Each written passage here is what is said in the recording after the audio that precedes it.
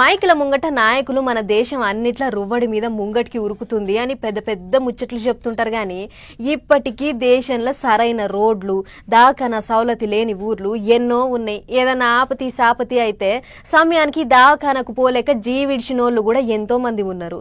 అయితే అసొంటోళ్ళ కోసం ఓ డాక్టర్ అమ్మ బయలెళ్ళింది. రోడ్ల సౌలతి లేని ఊర్ల జనాలకు వైద్యం చేసుకుంటా నేనున్నా అని ధైర్యం చెప్తుంది. ఇంతకు ఎవల్లా డాక్టరు అని అంటారా? బురద బురద ఉన్న తోవంట కడల పొంటి ఛత్రి పట్టుకొని నడుచుకుంటూ వస్తున్న గీ అక్కను చూస్తుర్రు కదా, ఇగో గీమనే గా సర్కార్ డాక్టరు. పేరు భవ్యశ్రీ.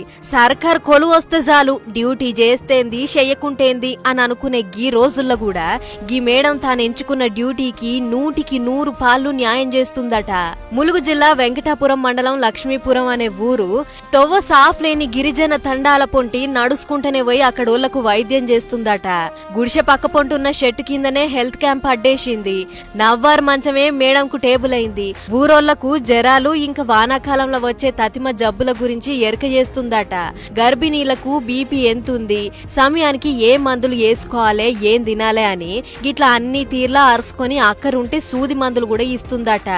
ఇదొక్కటే కాదు, అప్పట్లో పోయినేడు నడుములోతు నీళ్ళల్లో కూడా ఊర్ల పొంటి తిరిగి జనం ఎట్లుర్రు, ఏమన్నా ఇబ్బందులు పడుతుర్రా, జరాలు గిట్ల ఏమన్నా వచ్చినాయా అని అరుసుకున్నదట.